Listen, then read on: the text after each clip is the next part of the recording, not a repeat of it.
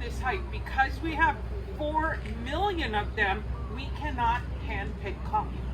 Most farms will hand pick coffee. In Hawaii, most farms sit at 5 acres to about 40 acres. An average farm is about 40 acres. We're 2,800 acres. We cannot hand pick. So we're going to drive a machine right over the top. And as a result, not interested. So in our when we pick coffee, we've picked it before, and there's a chicken wandering around. Not really a playground, but we get a lot of kids that do. So we give them a couple shots of espresso, and then we also throw in a puppy or a chicken.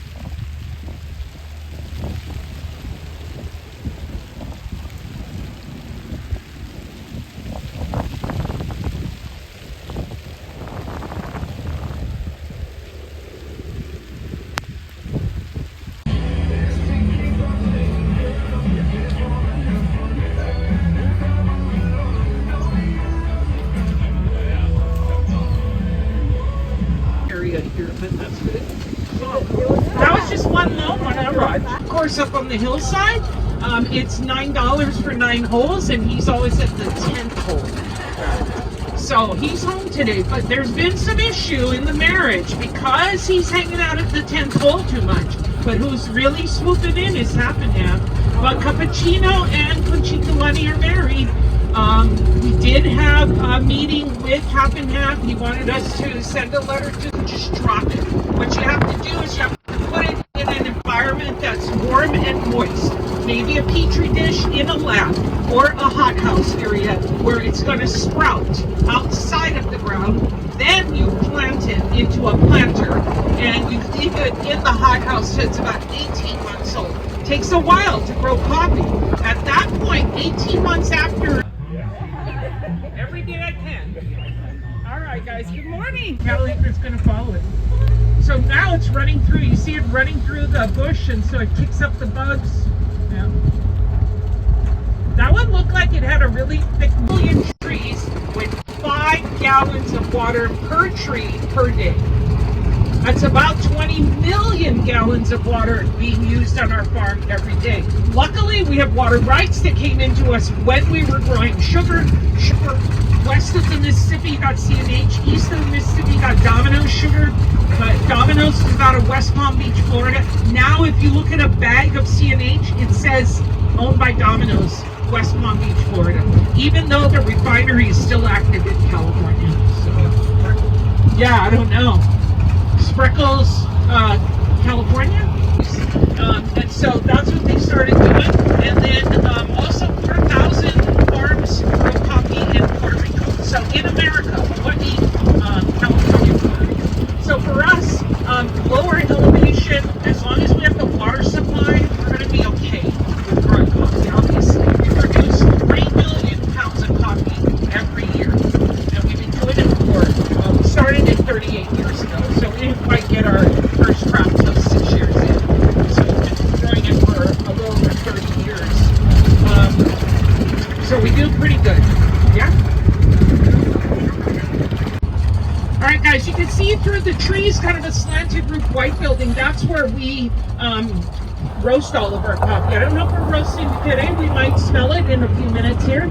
But we roast 100 pounds of coffee, 35 batches a day, right there in our mill. In our roastery right there.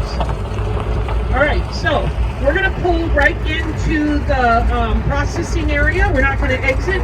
I hear it's not working today, which means we are not harvesting yet. You can tell that machinery will be very loud and pretty hard to talk over it, but we're kind of doing this backwards because we're going to see the harvesters in a few minutes. But when we bring coffee in, we bring it in on big old trucks and we bring it right up onto the ramp. If we were a smaller farm, 5 acres to maybe even 150 acre farm over on Hawaii Island, you would hand pick coffee. That means you go out with a basket every 3 days to the same tree and you would pick what was right. You could harvest that for about 4 months.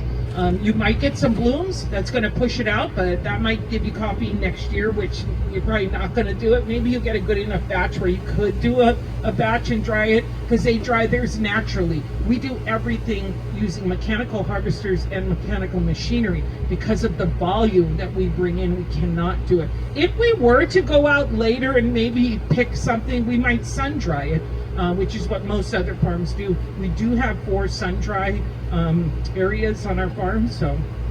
But we're going to bring it right up onto the ramp. We're going to weigh it. Each truckload that comes in is going to be about 28,000 pounds. We're going to bring in about 10 of those loads a day, 8 to 10 loads a day. That's almost 300,000 pounds of product every day for 4 months. We're going to do the harvest. I thought we would start it already, but we'll do it in the next couple of weeks at least, and we'll go try to finish it by Christmas. That's our goal. It's about 3.5, 4 months to do it. So we're going to bring it in, we're going to weigh it, and then we're going to dump it. Then we're going to move it up to the second level where that red sign is. There are 5 trays there. Those are trays that are basically water baths. We're going to take everything we pick and we're going to put it in vats of water. That is the easiest way to process coffee because it's called the wet method, and you drop everything in water. Everything unusable will float. Leaves and twigs and bugs and overripe raisins, the black ones, and branches. We're going to skim that top. We're going to put in the mulch truck trailer, and we're going to take it to the mulch field. We're going to take you to the mulch field next. I don't know what's down there, but we'll go and look. A beautiful view along the coast too. Then what sinks in water, because it's density, right? What sinks is going to be the viable cherries. Now, most of the cherries on our farm mature in yellow. We saw red where we were. That's the Mundo Novo. But 80% of our farm will mature in yellow, which means in water, we're going to have yellow cherries, or yellow, orange, and red. But greens also will sink. They're heavy, and we picked them. We got to use a laser to detect the color, and it uses a machine called a puffer, and it shoots them out into a bin that goes through the mulch field called the puffer. And so now in water, we've got viable cherries. We've got yellows or yellow, orange, and reds. We use a machine in there that kind of mulches it. We did it in our hand and we squeezed it, but it's going to kind of mulch it where the skin's going to float and the seeds are going to sink. We're going to skim the top of that. That would be a great opportunity to make that tea full of antioxidants called cascara, but we toss that skin. We don't have the workers. We got 100 employees. Only 60 of them work in the fields or the mill area. So now we take those slimy seeds and we put them in those tall towers. Those tall towers are called barrico dryers. Barrico, beans, rice, and corn. We're going to put our beans in there. We're going to dry them for about 24 hours at 100 degrees sauna or blow dry. They're going to go in slimy, and the interior moisture content, because they were soaking in water for a bit, is 80% water. We're going to drop it down to about 20% water and dry on the outside. Kind of crispy seeds coming out.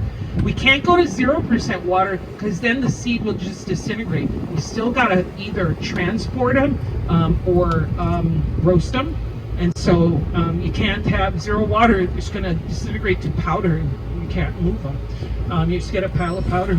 So we'll pull them out, and when we pull them out, they are crispy. We've got to get them on a bouncing tray where underneath's a vacuum, and we're going to pull off 2 layers of paper called pergamino and chaff. Pergamino is similar to if you were to shell a peanut. It's the outside paper layer, and chaff is like a silver skin called like a tissue paper layer. We get that off. Now we separate the pea berries, putting them on a tray. Then we take them, put them in a 100-pound burlap sack and store them here. They're either going to go over to that the container, the loading dock, and they're going to be put on Matson containers and sent to the mainland, or our bags will be sent over and roasted. Whatever, that's pea berry right there. Whatever is roasted here in the Hawaiian Island, or here stays in the Hawaiian Islands, goes to our visitor center or gets shipped out in mail order. If it goes to the loading dock and is sent to the mainland, it's sent to our headquarters in Virginia. Virginia is where our roasting plant is, and it's in Suffolk, Virginia. Our headquarters is Portsmouth, Virginia. That is Massimo Zanetti Beverages. We're owned by MZB. Bought us 11 years ago. No, sorry. Bought us in 2011. And when they bought us, we were selling bulk coffee to people. Not trading, but selling bulk coffee, like the 100-pound burlap sacks. He said, no, let's stop doing that. Let's do everything retail. You're going to send it to us. We're going to put it in your bags. 10% of the coffee in that bag, 90% I'm going to get from South America. We're going to mix it in Kauai coffee bags and we're going to sell it on grocery store shelves across the United States. That's why if you, yeah, it's a very inexpensive, cheap one though. You're not going to get quality. Use quality coffee, you might not get the best coffee. All right, guys, so what it takes to grow coffee: volcanic soil, high elevation, cloud cover. Over here, prior to us growing coffee, we grew sugarcane, and prior to that, we grew coconut trees over here. All this here with about 3 times the size of that pile right there. That's how much. And this is one of 7 fields. We're going to take this product, we're going to break it down like how we did into the long lines. Then we're going to grab. That means that we are responsible for taking our product and putting it right back into the ground or finding a use for it other than the landfill. This pile here is our pergamino and chaff pile. This is where we pull the 2 products that come off of the coffee seed after it comes out of the tall vertical dryer, and we put it on the bouncing tray. So this product is the crunchy part, is the pergamino. Use beautiful weather, a lot of water.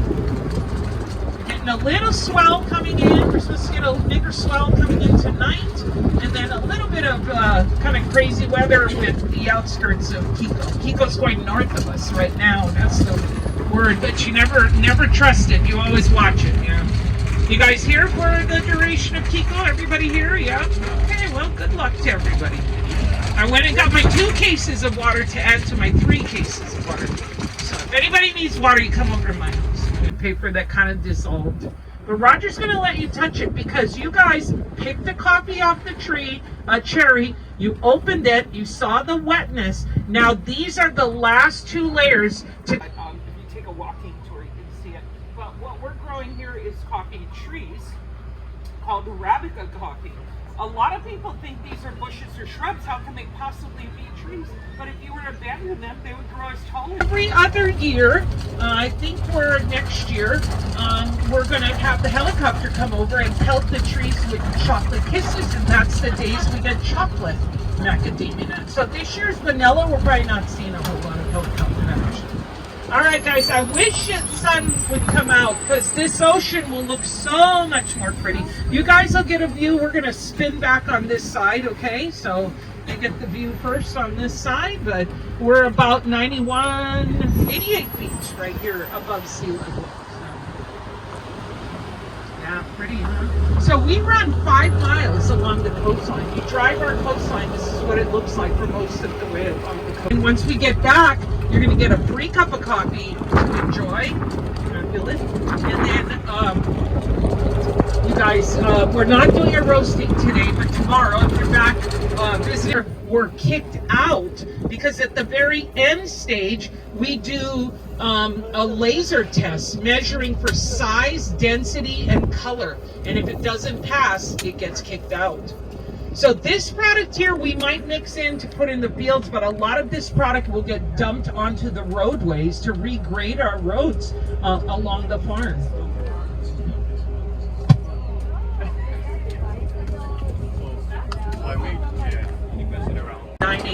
So if you happen to be back in the area, you can come in and talk to our roasters.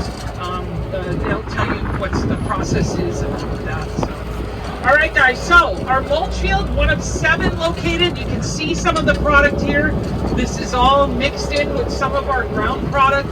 And we are leaders in recycling here on the farm. We've won awards for recycling with our dirt products, not recycling cans, but with what product we produce and use on our farm. So, ooh, sun came out. Look at how beautiful. Love when the waves come in like that. Got a little set coming in from the south. Hang on, Roger. We need another 20 minutes here. I always tell my boss, can't we do donuts and coffee right here? Just hang out, and then the evening tour is wine and cheese. I know, but she said, no, you're not allowed to be on that tour because you'll... You guys, right here, that's a really good farm. Today's be a new world for you. And if you've never picked coffee, maybe you've been. When I have you pick coffee today, I am going to suggest you pick yellow. If you pick red, that's fine. But sort of a practice run, maybe to train some of our drivers, maybe to just see how our fleet is running. But we did do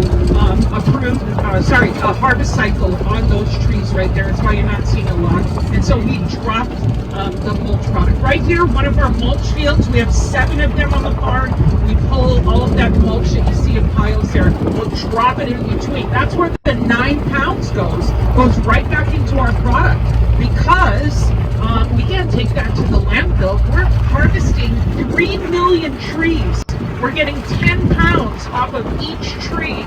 We're using 1 pound as coffee product. 9 pounds, gotta do something with it. Put it right back into our field. That's part of our Rainforest Alliance commitment. We are certified Rainforest Alliance farm. That means that we take every bit of our product and put it back in our field to create a sustainable farm and to really pay attention to our waste product and our recycling product. So, yeah. Now look into the sun. Okay.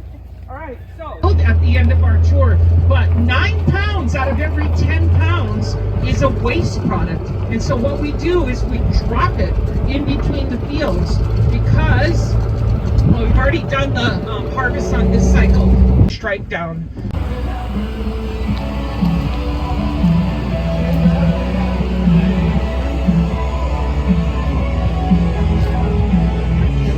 Conchita. So, Conchita Lani is married. She came to us, a male mule cannot have babies. So, we're hoping for another baby, hopefully. Well, maybe it's okay. We like him. But just